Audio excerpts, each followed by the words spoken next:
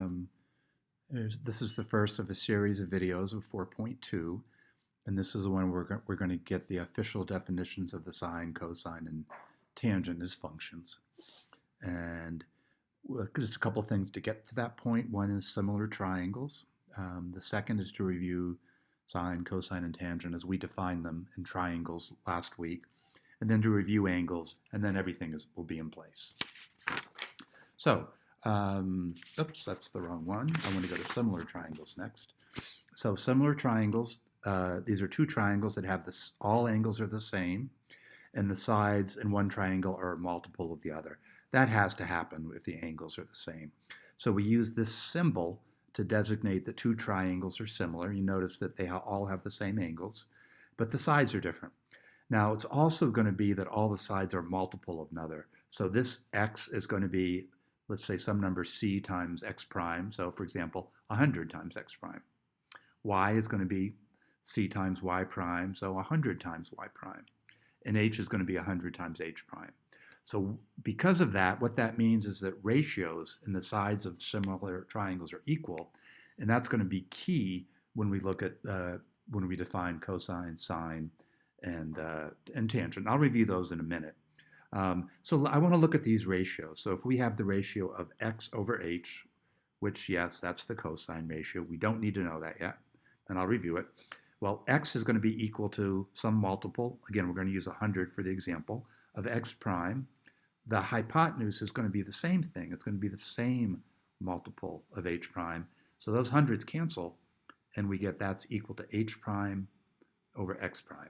So that this ratio is the same. Again, we'll review this, but that means the cosine ratios are independent of the triangle. That's important. Okay, we'll do the same thing with y over h. Again, I'm using this example. Y is going to be 100 over y prime, and since the triangles are similar, h is going to be the same multiple, 100 of h prime. Those cancel, and we're left with y prime over h prime. Again, you might recognize those as the sine. Again, that's not important yet. And finally, y over x. Well, that's going to be equal to 100 times y prime in our example. 100 times x prime, hundreds cancel, and y prime over x prime. And again, just to point this out, we're going to review this in a minute.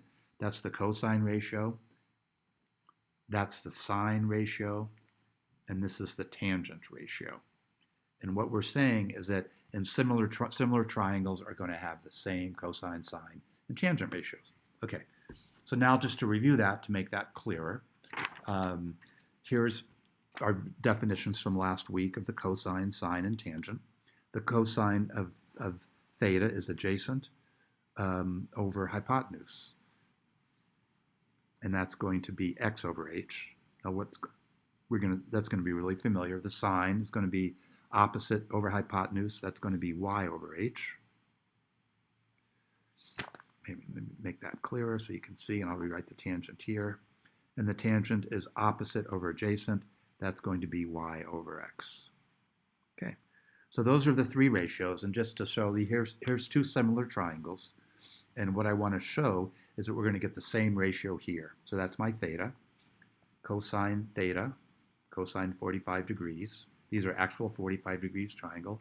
X over hypotenuse, so square root of 2 over 2. Okay, and that's going to be, okay, now let's look over here. We have the cosine of this 45-degree triangle. It's a bigger triangle. Again, it's going to be the x side, square root of 2 over 1. Well, that simplifies to the same ratio. Okay. Okay. Again, we do the same thing for the sine, and you're going to see that the sine is going to be similar. Y over h. Y is square root of 2. H is 2. Yep, we get that. Same thing over here, you'll see. It's going to be y over 1, so square root 2 over 1. That's square root of 2 over 2. So we're getting the same answers. And notice in the tangent, what happens is it's just the y over the y's. So we get square root of 2 over square root of 2. Okay? And then this one over here, the tangent is going to be, theta is going to be equal to the square root of 2 over 2 over the square root of 2 over 2. This, since top and bottom are the same as 1, this is 1. Okay, so the idea there is that the key idea is that cosine ratios in similar triangles are the same. Sine ratios in two similar triangles are going to be the same. Finally, the tangent ratios in two similar triangles are going to be the same. I'm going to sum that up here and say the trig ratios in similar triangles, so I'm going to use that for a triangle, are equal. And that's key. Okay, so now we're able to define. So actually, we want to do a little bit about angles first, and then we'll define that. I'll come to that in a second. So here, I don't need this. So I just want to remind people about angles, and then we'll come back and do that in a little bit more detail. Okay, so want to have an angle that is 0 to 90. Well, that's going to be right here, somewhere in this quadrant. And notice that I'm putting the angle inside a circle. That's okay. We'll get to why I'm doing that in a second. So here's an angle that's over 90 degrees. Again, I'm going to just go to here and then make my angle. And you see that. That's going to be my angle. Here's an angle over 360. That just means I go around more than once. That's going to be the angle. And then again, when we have negative, we just go in the opposite direction. Again, this is just reviewing. And then that would be the angle. Okay, so I wanted to review this because this is going to be key in the definitions. So I'm going to give you the definition and then explain it. So it's a certain setup. We're going to say x squared plus y squared equals 1. That's going to be the unit circle. So that's the first thing we need. And this is the circle with center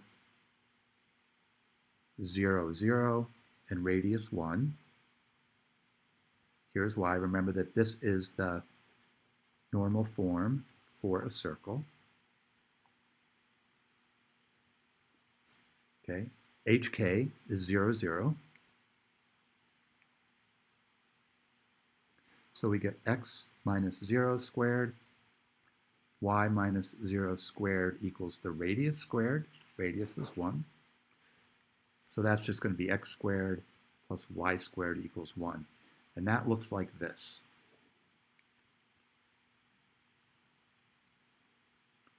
Okay, now I'm just going to draw a triangle in here. Now this goes to the point x, y on the unit circle.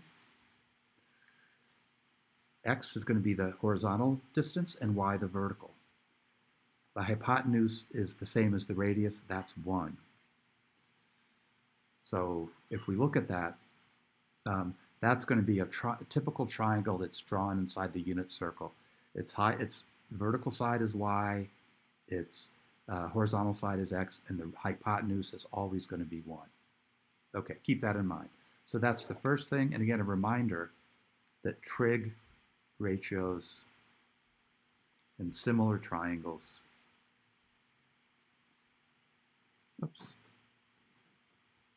are equal. Okay, so now we're ready for the definition. So the definition of the sine of theta is going to be x, where x is the coordinate, x in the unit circle, at angle theta. So here's the picture. We have the unit circle. I draw an angle theta.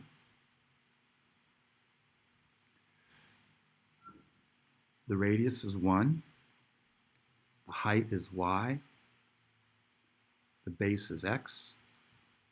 And so we're saying sine theta is equal to x. Now notice, sorry, is equal to y.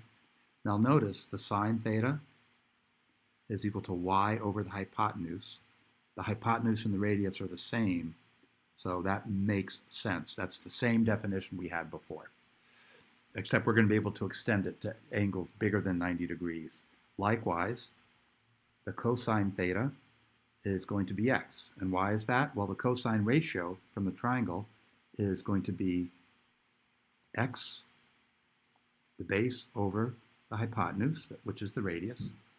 That's x over 1, and that's going to be x. And the tangent theta is just always y over x, so that's going to give us that. Okay.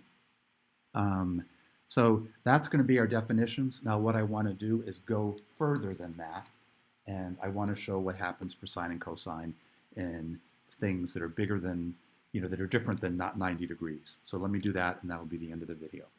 Okay. So again, here's our setup. We have a unit circle, x squared plus y squared is equal to 1. Cosine theta is going to be x. Sine theta is going to be y.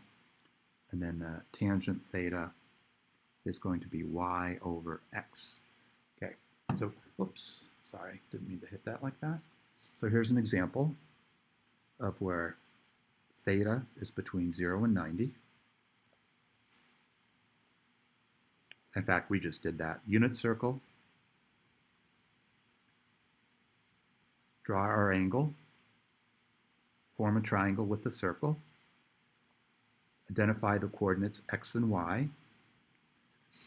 Cosine theta, x over, here, let me write that down, x, y, 1 is x.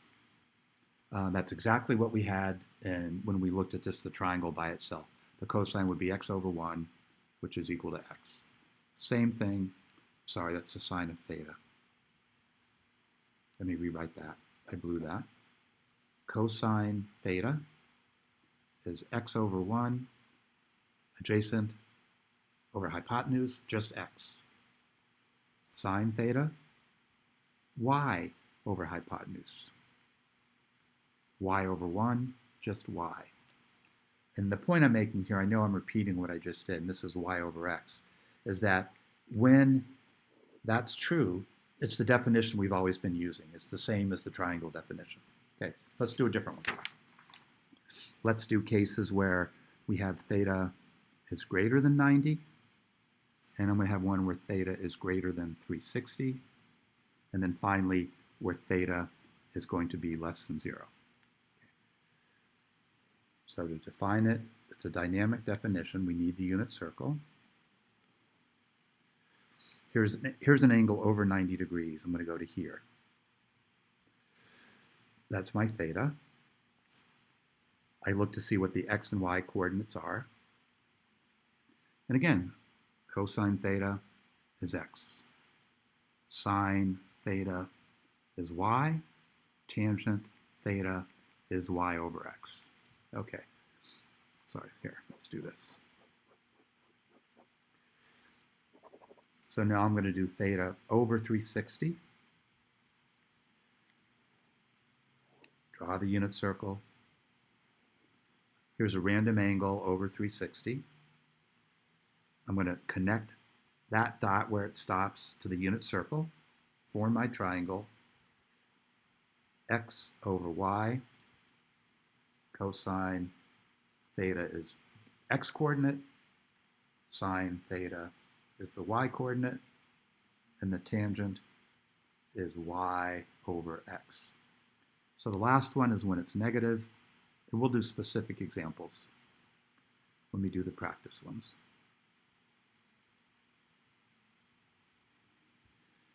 Okay, theta is less than 0, so we just go in the clockwise direction. So here's a good example.